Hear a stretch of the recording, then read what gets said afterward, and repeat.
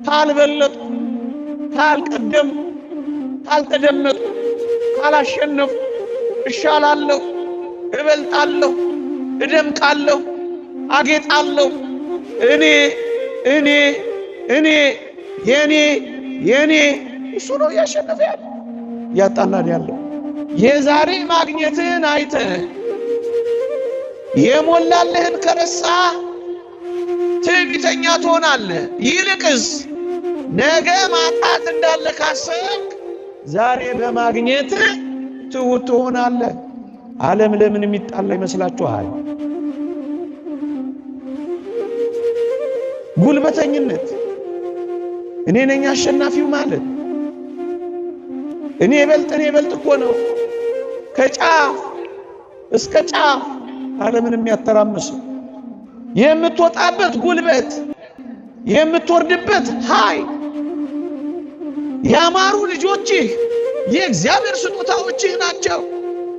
ታዲያ እንዳልተቀበለ ሰው የምትመካው ምን ሆነ ነው? እውነተኛ ትሕትና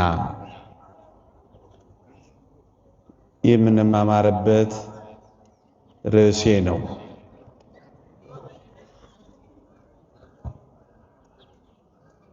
ስለ ትሕትና ይልቁንም እውነተኛ ስለሆነች ትሕትና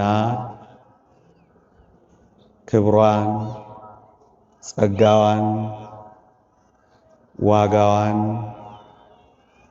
ማይረጓን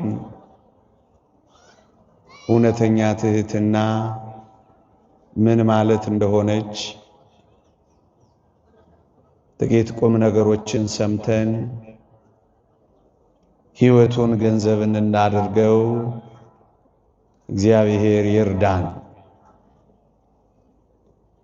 አታውቁትም ብዬ አይደለም፣ ግን ጥቂት አስታውሰናችሁ በዚህ ሕይወት በረከትን፣ ጽድቅን፣ እግዚአብሔርን መምሰልን እንድናገኝ ነው።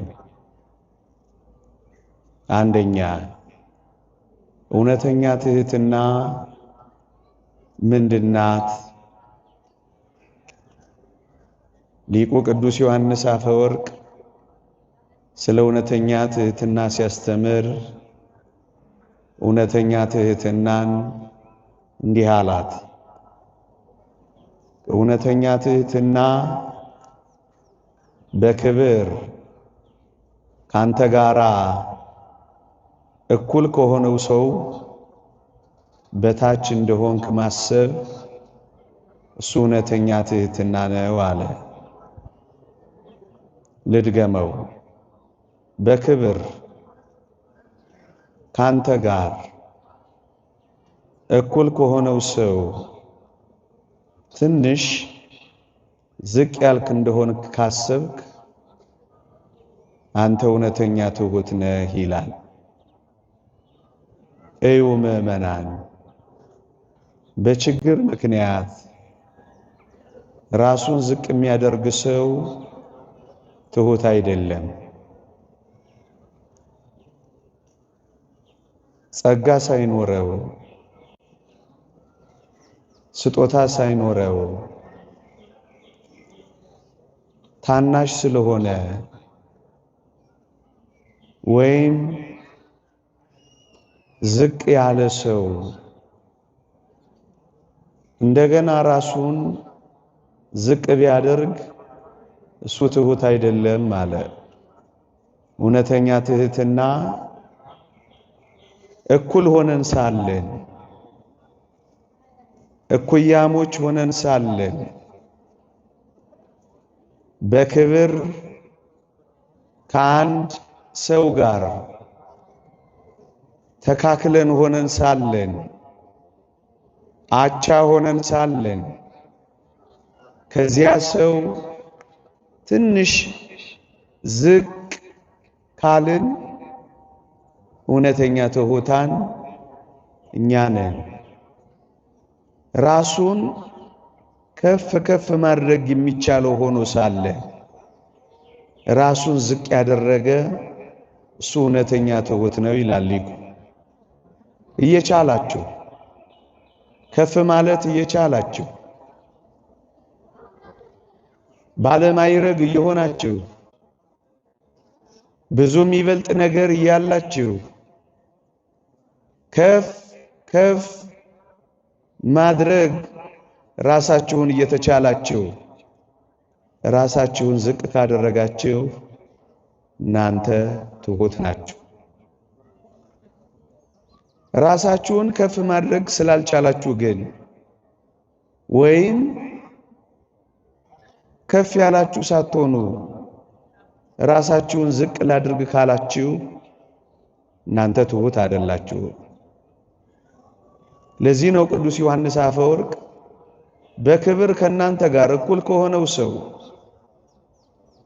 እንደምታንሱ ግድ የለም እኔ አንሳለሁ፣ እኔ ዝቅ እላለሁ፣ አንተ ትሻላለህ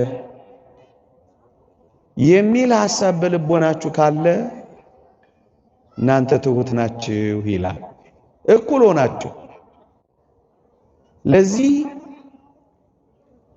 መልካም አብነት የሚያመጣልን ንዑድ ክቡር የሚሆን ሐዋርያ ጳውሎስ የተወደደ መድኃኒታችን ኢየሱስ ክርስቶስን እንዲህ ይላል።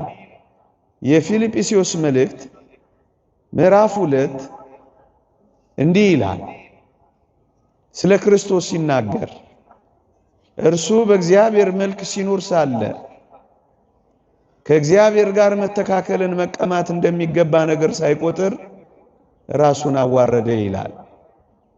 ልድገምላችሁ። የፊልጵስዩስ መልእክት ምዕራፍ 2 ከቁጥር 2 ጀምሮ አንብቡት። ስለ ክርስቶስ ሲያስተምር እርሱ በእግዚአብሔር መልክ ሲኖር ሳለ እግዚአብሔር ሆኖ ሳለ ከእግዚአብሔር ጋር መተካከልን መቀማት እንደሚገባ ነገር ሳይቆጥር ራሱን አዋረደ ይላል። ይሄ ምን ማለት ይመስላችኋል? ከባህሪ አባቱ ከአብ ጋር እኩል ሆኖ እያለ ሰውን ለማዳን የባሪያውን መልክ ይዞ ሰው ሆነ ይላል። ግን እኮ እግዚአብሔር ሆኖ እያለ በእግዚአብሔር መልክ እየኖረ እያለ የባሪያውን መልክ ያዘ ይላል። አያችሁ፣ እኩል ሆኖ ሳለ ሰው ሆኖ ዝቅ አለ። ምእመናን፣ እውነተኛ ትህትና በጌታችን ውስጥ የታየችው ናት። እሷስ እኩል ሆኖ ዝቅ ማለቱ። ለዚህ ነው ሊቁ ቅዱስ ዮሐንስ አፈወርቅ ስለ ትህትና ሲያስተምር በክብር ካንተ ጋር እኩል ከሆነው ሰው ትንሽ ዝቅ ያልክ እንደሆነ ካሰብክ አንተ ትሁት ነህ የሚለው ለዚህ ነው። ከጓደኞቻችሁ ትንሽ ዝቅ እንደሆናችሁ ካሰባችሁ እናንተ ትሁታን ናችሁ። ምእመናን፣ ለዚህ ነው ኢየሱስ ክርስቶስን በዚህ በፊልጵስዩስ መልእክት ምዕራፍ 2 ላይ ስለ ትህትና አብነት ምሳሌ አድርጎ ያቀረበው። እኩል ሆኖ ሳለ ዝቅ አለ ብሎ። ይሄ ነው እውነተኛ ትህትና ነው የሚለን። እውነተኛ ትሁት መሆን ከፈለጋችሁ በጌታችን በመድኃኒታችን በኢየሱስ ክርስቶስ ዘንድ ያለው ይህ የትህትና ሐሳብ በእናንተ ዘንድ ደግሞ ይሁን ይላል። ይሄ ምንድነው? ባልንጀራ ካንተ ይልቅ እንዲሻል በትህትና ቁጠር ይላል። የፊልጵስዩስ መልእክት ምዕራፍ 2 ቁጥር 2። ልድገመው ምእመናን፣ ባልንጀራ ካንተ ይልቅ እንዲሻል በትህትና ቁጠር። ጓደኛዬ ከኔ ይሻላል፣ ይበልጣል ብለህ ካሰብክ አንተ ትሁት ነህ ነው የሚለው ቅዱስ ጳውሎስ። ባልንጀራ ካንተ ይልቅ እንዲሻል በትህትና ቁጠር። እውነተኛ ትህትና ምንድናት? እኩል የሆነው ባልንጀራ ካንተ እንደሚሻል ማመንና ማሰብና ትህትና ወገኖች። እኔ እበልጣለሁ አለ ማለት፣ እኔ እሻላለሁ አለ ማለት፣ እፎካከረዋለሁ፣ እወዳደረዋለሁ፣ እቀድመዋለሁ፣ እበልጠዋለሁ አለ ማለት። እውነተኛ ትህትናችን ናት። ባልንጀራ ካንተ ይልቅ እንዲሻል በትህትና መቁጠር ነው። ምእመናን ባልንጀራችሁን ከራሳችሁ ይልቅ እንዲሻል በትህትና መቁጠር ስትጀምሩ ባልንጀራችሁ በሌሎች ሲከበር ብታዩ ዓይናችሁ አይቀላም። ባልንጀራችሁ በንቀት ቢያያችሁ ቅናትም ቁጣም አያድርባችሁም። ምክንያቱም አስበልጣችሁታል። ምክንያቱም ባልንጀራችሁ ከእናንተ እንደሚሻል በትህትና አስባችኋል። ሲከበር አትከፉ። ለምን እኔ አልተከበርኩም ብላችሁ ቡራ ከረዩ አትሉ። ሕይወታችሁን አትበጠብጡም። ቤታችሁን አታምሱም። ሥራ ቦታችሁን ሰላም አትነሱም። ውድድርና ፉክክር ውስጥ አትገቡ። ባልንጀራችሁ ከእናንተ ይልቅ እንዲሻል በትህትና ስትቆጥሩ ቅድሚያውን ለሱ መስጠት ስለምትጀምሩ በሌሎች ሰዎች ሲከበር ስታዩ አትናደዱም። በዚህ ውስጥ ክርስቲያኖች እንዴት ያለች ሰላማዊ ሕይወት አለ መሰላችሁ? በሌሎች ሰዎች ማደግ አትታመሙ። ጨርቅ ሲቀይሩ ብታዩ ልባችሁም ፊታችሁም ዓይናችሁም አይቀየርባቸው። ሲያድጉት ደስ ይላችኋል። እውነት እንነጋገር ከተባለ የክርስትና ሰላማዊ ሕይወት ያለው እዚህ ጥቅስ ውስጥ ነው።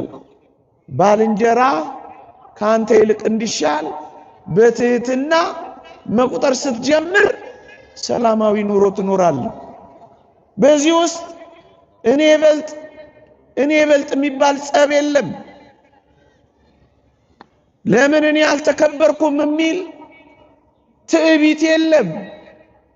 ምክንያቱም ቅድሚያውን ለባልንጀራ ስለሰጠኸው በምንም ሁኔታ ውስጥ አትታወክም። እንደውም እሱ ሲከበር ደስ ይልሃል፣ አትከፋም። ብጥብጥ እዚህ ውስጥ የለም። መቀናናት እዚህ ውስጥ የለም። ጸብ እዚህ ውስጥ የለም። መተት እዚህ ውስጥ የለም። እኔ እበልጥ የሚል እሰጥ አገባ እዚህ ውስጥ የለም። ምእመናን ምናልባት ቀለል እያልኩ ስነግራችሁ የዚህችን ጣዕም ያላት የክርስትና የሕይወት ምንጭ መሆኗን አትዘንጉ። ባልንጀራ ካንተ ይልቅ እንዲሻል በትህትና ስትቆጥር ኢየሱስ ክርስቶስን መምሰል ትጀምራለህ። ከአብ ጋር እኩል ሆኖ ሳለ በትህትና ዝቅ ሲል አምላክነቴ ይነጠቃል ብሎ አላኮረፈም፣ ቅር አላለውም፣ አልተበሳጨም። አምላክነቴን አጣለሁ ብሎ አልሰጋም።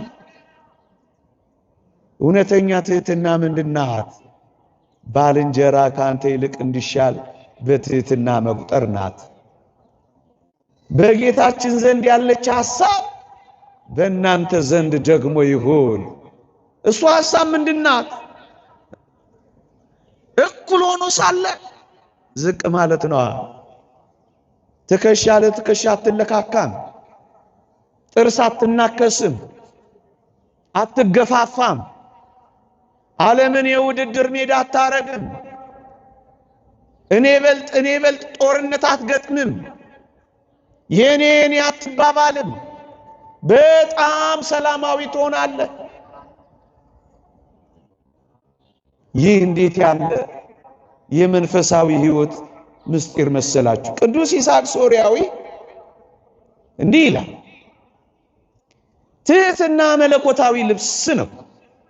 ክርስቶስ ሰው በሆነ ጊዜ የለበሰው ይህንን ትሕትና ነው። ትሕትናን የለበሰው ሁሉ ፈጣሪውን ይመስላል። ትሕትና የሌለ ሰው ግን የቱንም ያህል ቢጋደል ድካሙ ከንቱ ናት ይላል።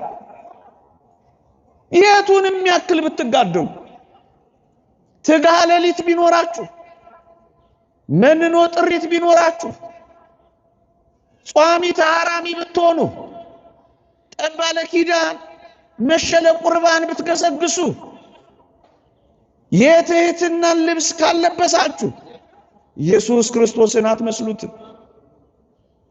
ኢየሱስ ክርስቶስን መምሰል እፈልጋለሁ ካልክ የመምሰያዋ መስታወት ባልንጀራ ካንተ ይልቅ እንዲሻል በትሕትና መቁጠር ናት። ቤት ውስጥ ከእህት ጋር አትጣላ። የሚበልጠውን ለወንድም ስትሰጥ አይከፋህም። እኩል ከሆንከው የሥራ ባልደረባህ ጋር ሰላማዊ ኑሮ ትኖራለህ። ባል ከሚስት ጋር፣ ሚስት ከባል ጋር እኔ ልደመጥ ሰጣ ገባ የሚገባው እዚህ ውስጥ የለም። ባልንጀራ ካንተ ይልቅ እንዲሻል በትሕትና ትቆጥራለህ። በዚህም ጌታችን መድኃኒታችን ኢየሱስ ክርስቶስን መምሰልን ታገኛለህ። እሱ በእግዚአብሔር መልክ ሲኖር ሳለ እግዚአብሔር ሆኖ እያለ እኩል ሆኖ እያለ ከአባቱ ጋር አምላክነቴ ይነጠቃል ሳይል ዝቅ ካለ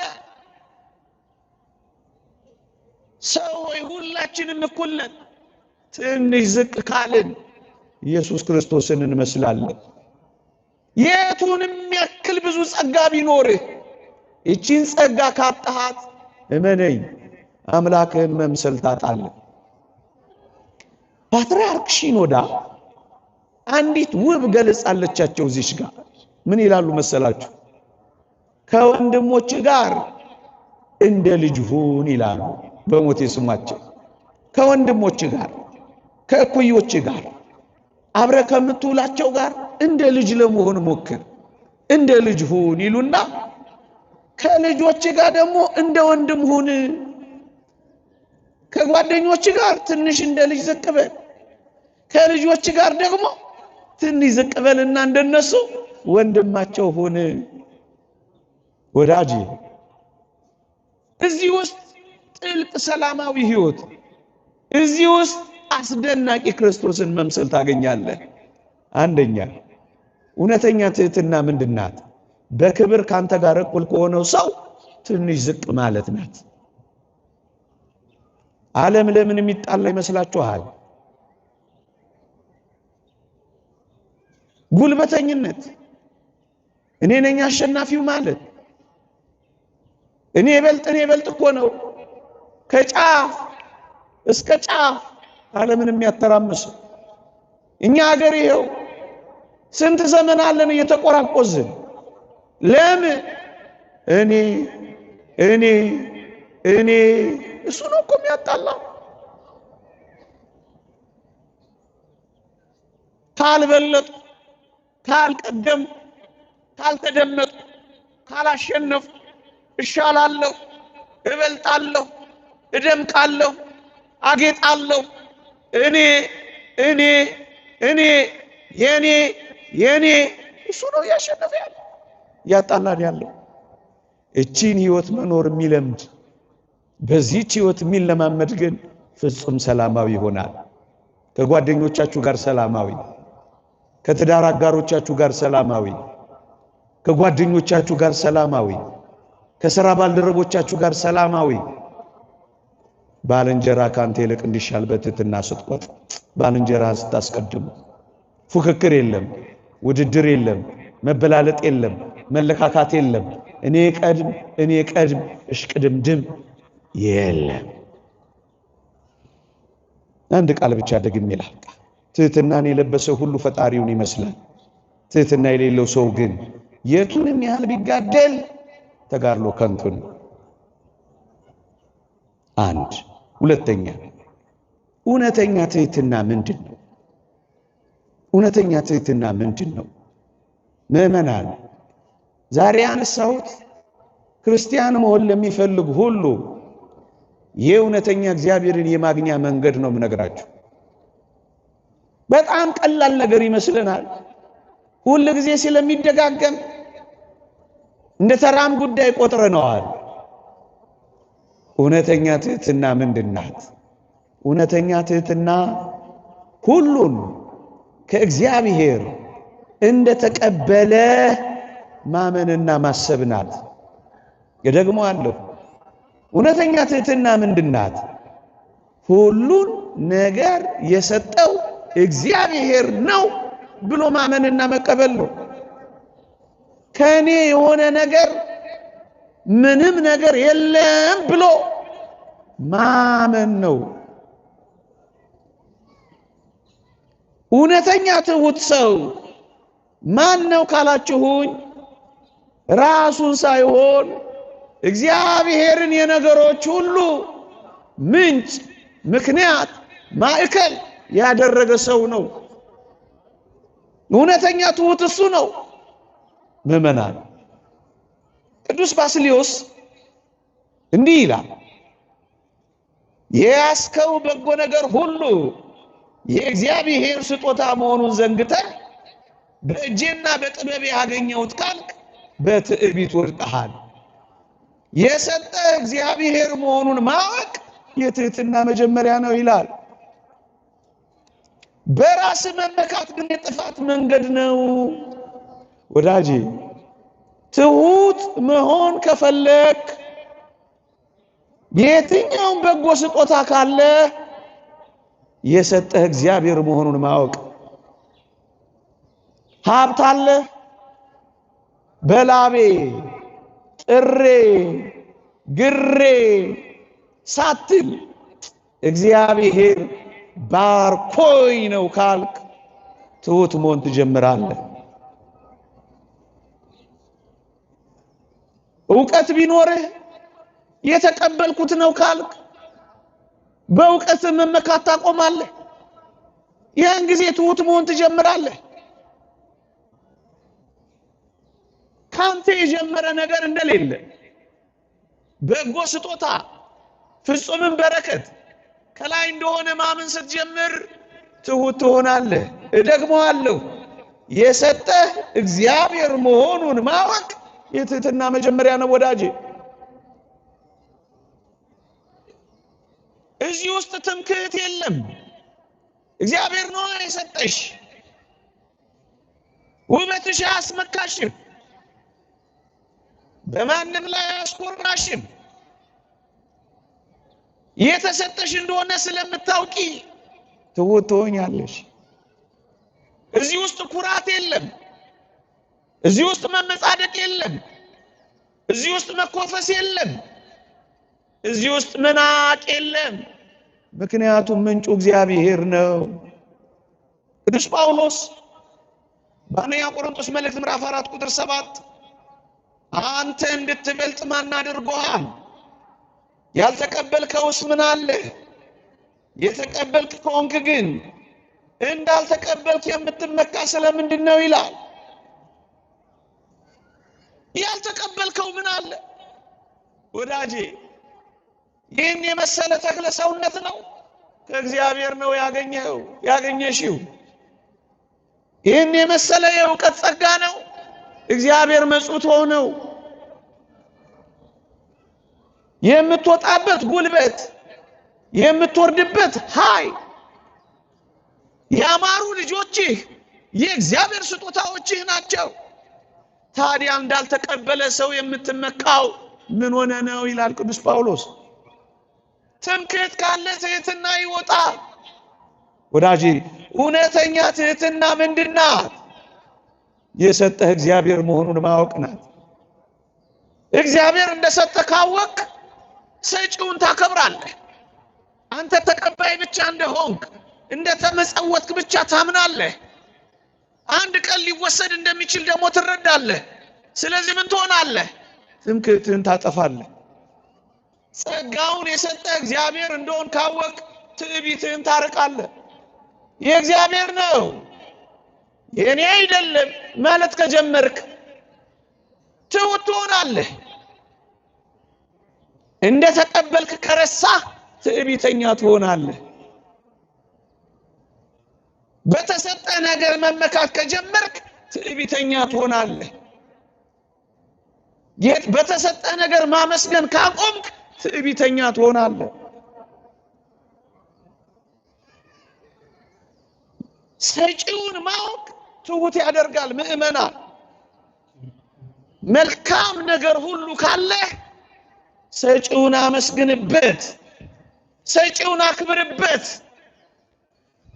የተሰጠኝ የተመጸወትኩት ነው በል። ሁሉ ጊዜ ብር ካለ ለሌሎች እንዳከፋፍል ነው በል።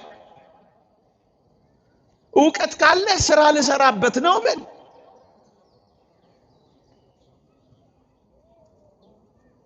ሁሉም ነገር ከሰጪው ነው ብለህ ስታም ያን ጊዜ ትሁት ትሆናለህ። ጥቂት የእግዚአብሔርን ሰዎች ትህትና ላሳያችሁ። ነቢዩ ዳንኤል ህልም ተገልጾለት ከተረጎመለት በኋላ እንዲህ ነበር ያለው ነቢዩ ዳንኤል፣ በዚህ ዓለም ካሉ ሰዎች ይልቅ በጥበብ ስለበለጥኩ አይደለም አለልሃ። እኔ በላጭ ስለሆንኩ አይደለም፣ እግዚአብሔር ገልጦልኝ ነው አላ። ከሌሎች ሰዎች ስለበለጥክ አይደለም። በእውነት ይህንን እመን። እግዚአብሔር በአንተ ገንዘብ ውስጥ ስራ ሊሰራ ስለፈለገ ነው የሰጠህ። እግዚአብሔር በአንተ ዕውቀት ውስጥ ሰዎችን ሊያንጽበት ነው የመጸወተህ። አንተ ወይም አንቺ ወይም እኔ ከሰዎች ስለበለጥን አይደለም። እኔ ከሰዎች ይልቅ ስለበለጥኩ አይደለም አለላ። ዮሴፍስ ህልም በተረጎመ ጊዜ ምን እንዳላልሰማህ? ህልምን የሚተረጉም እግዚአብሔር የሰጠው አይደለምን? በቃ እግዚአብሔር የሰጠው ሰው ነው። ከሰጪው ከእግዚአብሔር ነው። ይህንን የሚያምን ሰው ነው ትሁት የሚባለው። እግዚአብሔር ሰጥቶኝ ነው፣ እግዚአብሔር ኃይል ሆኖኝ ነው፣ እግዚአብሔር ገልጦልኝ ነው፣ እግዚአብሔር መጽውቶኝ ነው፣ እግዚአብሔር ባርኮኝ ነው፣ እግዚአብሔር አነሳስቶኝ ነው። ሰጪው ነው። እግዚአብሔር ክብሩን ስትወስዱበት አይወድም። የሱ ነው ስትሉ ይወዳል እግዚአብሔር። ሐዋርያት ያሉትንም ላንብብላችሁ። እዚህ ሐዋርያት ሥራ ምዕራፍ 3 ቁጥር 12 ላይ እንዲህ ይላል። ቅዱሳን ሐዋርያት በጌታችን ስም ሽባውን ከፈወሱት በኋላ ምን እንዳሉ ስሙት። በሞቴ እንዲህ ይላል፣ በዚህ ስለምን ትደነቃላችሁ? ወይስ በገዛ ኃይላችን ወይስ እግዚአብሔርን በመፍራታችን ይህ ይመላለስ ዘንድ እንዳደረግነው ስለምን ትኩር ብላችሁ ታዩናላችሁ አሉ። በገዛ ኃይላችን ነው አይደለም፣ ኃይል እግዚአብሔር ነው። ከየት አመጣ ነው? እኛ ለምን ትኩር ብላችሁ ታዩናላችሁ? ወዳጄ መደነቅን ለምን ትፈልጋለህ? እግዚአብሔር ይደነቅ። ለምንድን ነው እንዲያጨበጭቡልህ የምትፈልገው? እግዚአብሔር ይጨብጨብለት። ለምንድን ነው እግዚአብሔርን ክብር የምትነጥቀው? እግዚአብሔር ይከበር። ለምንድን ነው ትኩር ብላችሁ የምታዩን? እኛ ማንን? በገዛ ኃይላችን ወይም እግዚአብሔርን በመፍራታችን ይህ ይመላለስ ዘንድ እንዳደረግነው ስለምን እኛን ታዩናላችሁ? ምንድነን እኛ? አየህ፣ ከሰማይ የመጣ ጸጋ ነው። እግዚአብሔርን እዩት፣ አክብሩት። እውነተኛ ትህትና ምንድን ናት? ይህች ናታ። እግዚአብሔር የሰጠኝ ናት በል። ምእመናን የዛሬ መቆምህን አትይ፣ ነገ ትወድቃለህ። የዛሬ መቆምህን አይተህ ያቆምህን ከረሳ ነገ መውደቅ አለና ትሁት መሆን የሚያስፈልገው ለዚህ ነው። ዛሬ ቆም ያለው ነገ እኮ ወድቃለሁ። እንዲህ አይነት ሰው ነው ትሁት የሚሆነው ያቆመውን ሲረሳ። ምእመናን የዛሬ መዋባችንን አይተን ያስዋበንን እግዚአብሔርን ከረሳን ነገ እኮ መጠውለግ አለ። እግዚአብሔር ነው ይህንን ደም ግባት የሰጠኝ፣ ምንስ አኮራኝ? የእኔ የሆነ ውበት የት አለኝ? እግዚአብሔር ነው መታያዬ የሆነው። ዛሬ የተዋብኩት ነገ እኮ መጠውለጌ አይቀሬ ነው። ይህን የሚያምን ሰው ነው ትሁት የሚሆነው። የዛሬ ማግኘትህን አይተህ የሞላልህን ከረሳህ ትዕቢተኛ ትሆናለህ። ይልቅስ ነገ ማጣት እንዳለ ካሰብክ ዛሬ በማግኘትህ ትሁት ትሆናለህ። በማግኘትህ አትኮራም፣ አትመጻደቅም። እዚህ ውስጥ ምርጥ ትህትና አለች። እግዚአብሔር የሰጠኝ ነው በማለት ውስጥ በዛሬ መዓዛ መታወድህን አይተህ በዚህ መዓዛ ያወደህን ከረሳ ነገ መሽተትም አለ። ዛሬ የታወድኩት ነገ ምሸት ነኝ ትላለህ። ሲራክ እንዳለው እንግዲህ ትቢያ አመድ የሚሆን በሕይወትም ሳለ ሰውነቱ የሚተላ ሰው ለምን ይታበያል ይላል። እናንተ የዛሬ ውብሆች በእውነት እንንገራችሁ፣ ለምን ትታበያላችሁ? የሰጣችሁንስ ለምን ትረሳላችሁ? በበሽታ መትላት አለ አይደለ? በቁሙ የሚተላ ሰው ለምን ይታበያል ይላል። አልጋ ላይ ስንያዝ ትሁት እንሆን የለ? ጻድቁ ኢዮብ እንኳን ትዝ አይላችሁ?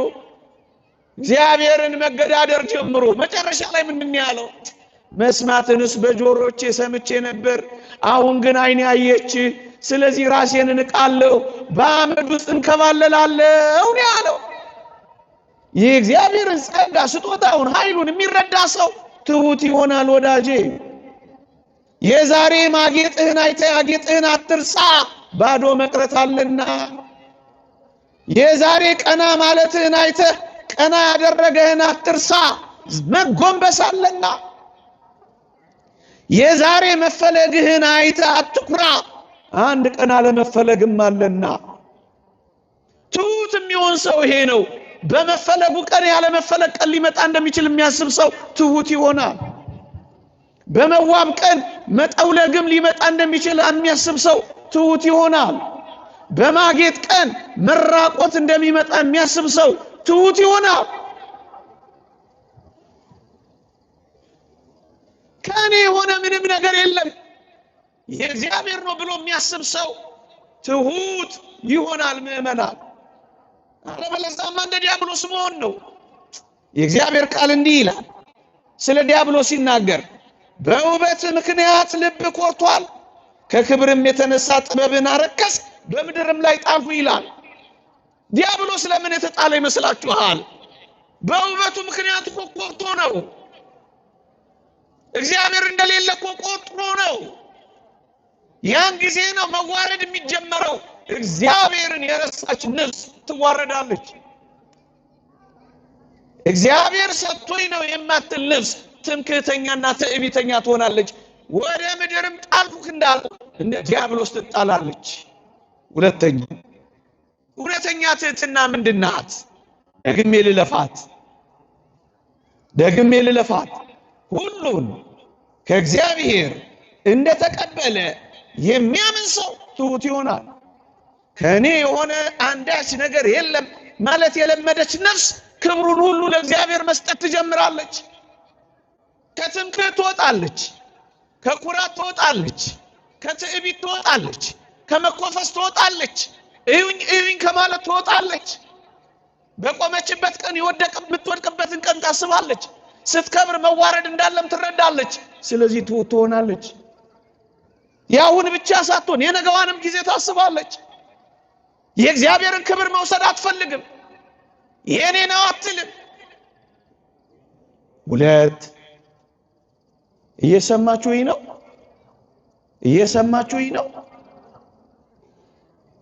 ሶስተኛ እውነተኛ ክርስቶስን የምታስመስልን እግዚአብሔርን የምታገናኘን እውነተኛ ትህትና የቷ ናት? አባቶቻችን እንዲህ ይላሉ ስለ እውነተኛ ትህትና ሲናገሩ፣ ወፍጻሜ ትህትና ውእቱ ጸዊረ ውዴታ ሐሰት ይላሉ። ፍጹም ትህትና የምትባለው በሐሰት የተነገረውን ደስ ብሎት መቀበል ነው ይላሉ። ይህ ደግሞ እንዴት ልዩ ነው መሰላችሁ! በሐሰት የተነገረውን ሳትሟገት፣ ሳታስተባብል፣ ሳትከራከር ደስ ብሎ ከተቀበልከው አንተ ክርስቶስን የምትመስል ትሁት ይሆንክን። ክርስቶስ አንድም ቀን ማስተባበያ ሲሰጥ አልኖርም። አንድም ቀን መልሶ አልተሳደበም። ሲዝቱበት አንድ ቀን ፎክሮ አያውቅም። በሐሰት ያን ሁሉ ሲናገሩበት ዝም ነው ያለው። እውነተኛ ትህትና ምንድናት? ያውም ፍጹም የሆነች ትህትና ምንድናት? በሐሰት የተነገረውን ደስ ብሎ መቀበል ነው። ወዳጄ ክርስቶስን ከመምሰል እጅግ ደግሞ ፍጹም ልሁን ለምትል ነፍስ አብራ ክርስቶስን ከመምሰል ጋር ወደ ፍጽምና መገስገስ የምትፈልግ ነፍስ ስትሰደብ ደስ ካላት፣ ስትነቀፍ መልስ ካልሰጠች፣ ስትተች ካልተከራከረች፣ አቤት እሷማ እንዴት ያለች ፍጹም ትሁት ነች! ሙሴ ጸልይ ምን ላስታውሳችሁ፣ አንተ ጠቋር ብለው ሲሰድቡት አሉ ፊቱ በሳቅ ያበራ ነበር አሉ። እውነተኛ ትህትና ማለት እቺ ናት። ሲሰድቡት ፍንክንክ ብሎ ማልቀስ። ወዳጄ ሳትሟገት፣ ሳትካሰስ፣ ምስክር ሳትቆጥር ይገባኛል። ፍጹም ትሁት ማለት እቺ ናት። ምን ማለት ናት እቺ? ይቺ ምን ማለት ናት?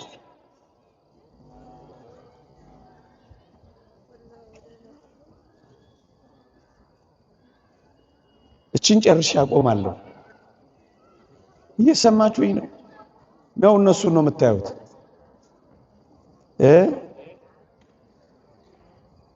ሌላ ጊዜ እንቀጥለዋለን ይሻላል ይመስለኛል። ያስተማረን የመከረን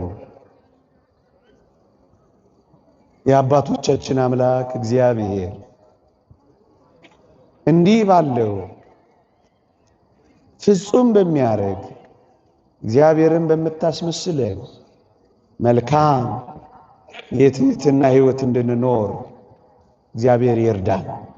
እግዚአብሔር የሚገኘው በዚህ ጥልቅ ሕይወት ውስጥ ነው። ምኑን እግዚአብሔር እናገኘዋለን? እሱ የትህትናን ጸጋ ሰጥቶ እሱ ያገኘን እንጂ። ይቆየን። አሜን።